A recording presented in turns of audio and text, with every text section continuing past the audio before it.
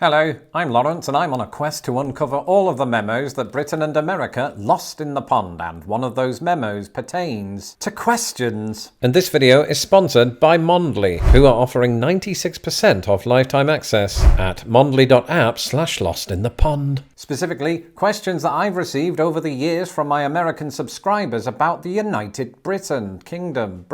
As somebody who has resided in the United States for 16 years, and as somebody who talks about that fact at great length on this very channel, I in fact receive several such questions every single day. I am happy about that. This is just my general disposition. And so today I wanted to do something that the last 9 years of running this channel has led up to. Revealing the 7, that's 5, most common questions that I get from American subscribers about Britain. And if you yourself haven't become a subscriber of what the Quincy Gazette refers to as a content creation phenomenon, do that now! In the meantime, here are the most common questions that I receive from Americans about Britain.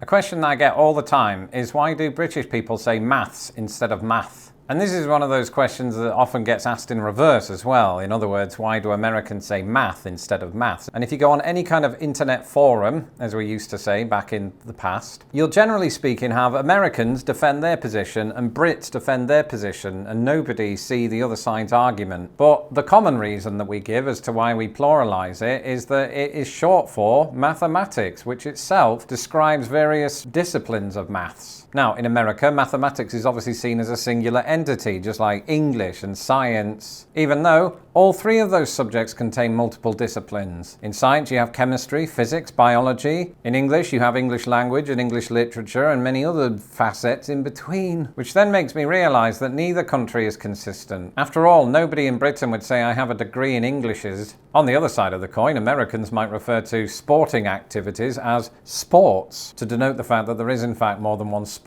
In Britain, we don't usually have that final S, even though the argument for it being a countable noun is pretty strong. So I suppose in that regard, it's just like the rest of the English language. No one can really make up their mind what the rules are. Speaking of language barriers, wouldn't it be nice if we had an app that helped you overcome them? We do. It's called Mondly. With over 125 million users, Mondly is among the top 5 language learning apps in the world. I've been using it to improve my Spanish, which is more widely used in North America than in Britain. And right now, listen to this. You can get a 96% discount for lifetime access to all languages by taking part in Mondly's summer sale. As someone who's really fascinated by the nuance of language, I really like that Mondly's audio examples use authentic accent formations. And also, because the app is hands-free, it means I can learn the language while doing other stuff, like walking the dog or frantically cleaning the kitchen before my wife gets home. In fact, everyday activities like those might well show up during lessons, because Mondly is very good at focusing on practical scenarios that you can use in your everyday life. And then, at the end of each week or month, you can put these newly acquired language learning skills to the test by taking one of Mondly's quizzes. To jump on the sale, go to mondly.app/lostinthepond. The link is in my description below.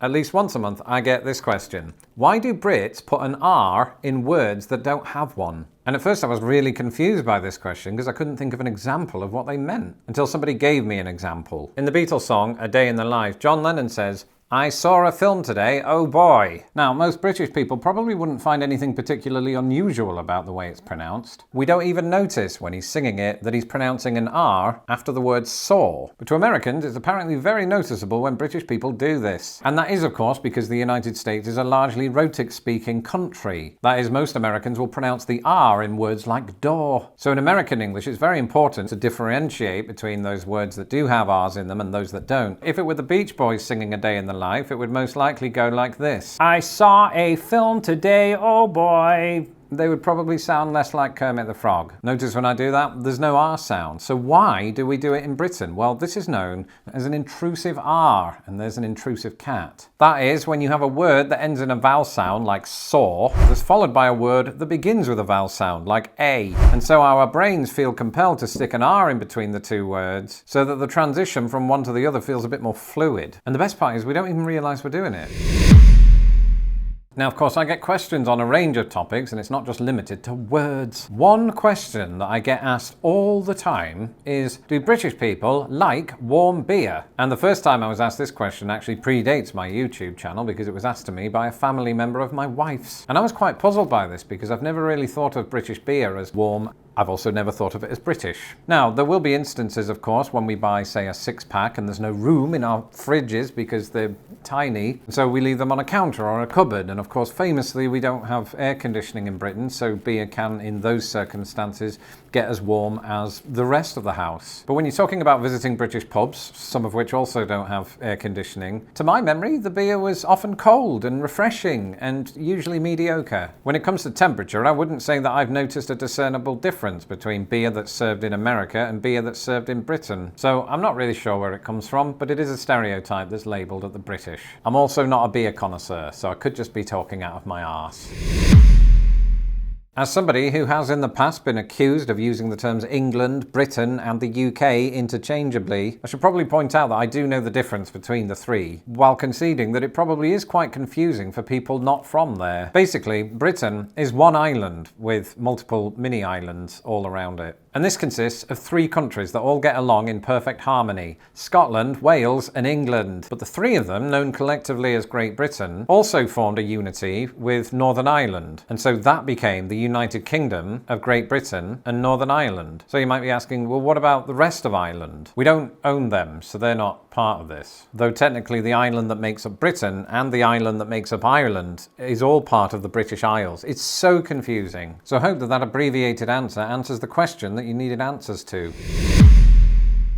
Inevitably, when you have 2 countries that are in fact separated by a large ocean, a lot of the memos that get lost in the pond pertain to food. And a question that comes up all the time is, how exactly do Brits define the word pudding? I had to think about this question when I was first asked it, because I'd never really imagined that we have different definitions for this word. And then I thought about it for a few seconds and realised, well, of course we do. In America, it turns out that a pudding is a very specific type of dessert that has sort of the consistency of custard, but isn't necessarily custard. This is weird to the British, although perhaps not as weird as our own definitions, because in England and or Britain and or the United Kingdom, pudding is a synonym for dessert, so that custardy thing would also be referred to as a pudding in Britain, but then so would chocolate cake and apple pie and ice cream. And you might think, well, what's weird about that? It seems pretty straightforward to me. Yeah, well, we also use pudding to describe specific savoury dishes. In fact, it turns out that it was in such a vein that the word pudding originated. From the 13th century, it originally meant a kind of sausage, the stomach or one of the entrails of a pig, sheep, etc., stuffed with mincemeat, blood and seasoning, boiled and kept till needed. This is why to this very day, Brits and people from that other country, Ireland, refer to a type of blood sausage as black pudding. And in the UK, this savoury definition extends beyond the context of blood sausage, because you also have Yorkshire pudding, which is similar to what Americans know as popovers.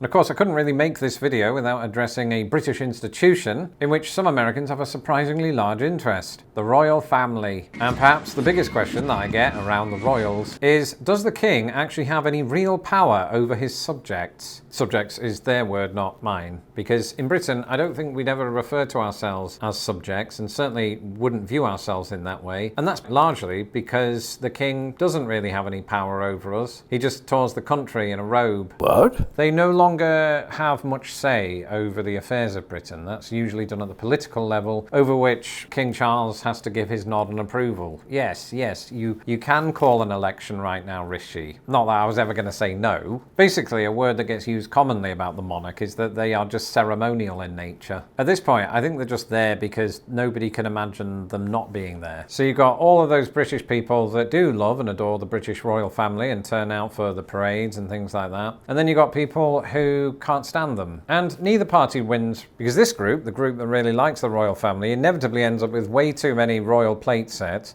And this group hasn't been able to effect the change they'd like to see, which is the complete removal of the royal family. And so in that respect, I suppose we are subjects. Not to be confused with maths.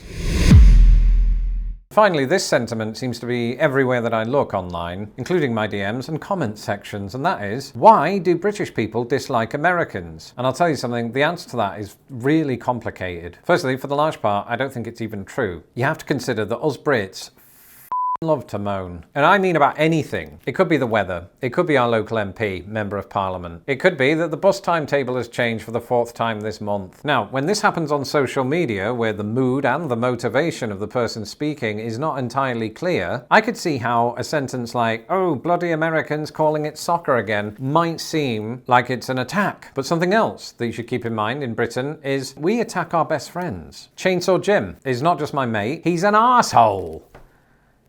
He really is an arsehole, and he's not my friend. Don't take these things personally, and Brits, do some fact-checking first. There's often a historic explanation that says the thing for which you are attacking them was in fact the original work of the British. Anyone who's been following my channel for a long time will know multiple examples, whether that is the British origination of soccer itself, or the word fall to mean autumn. If I've learned anything from this video, it's that I get a lot of questions, so thanks for those. And I couldn't possibly have made this video without thinking ahead to part 2, in which I will look at 7 questions that British people ask me about America. And speaking of two-parters, here is 4 ways American English is pretty weird, part 1. If you haven't watched that video yet, you'll do that next, and until the next video, goodbye.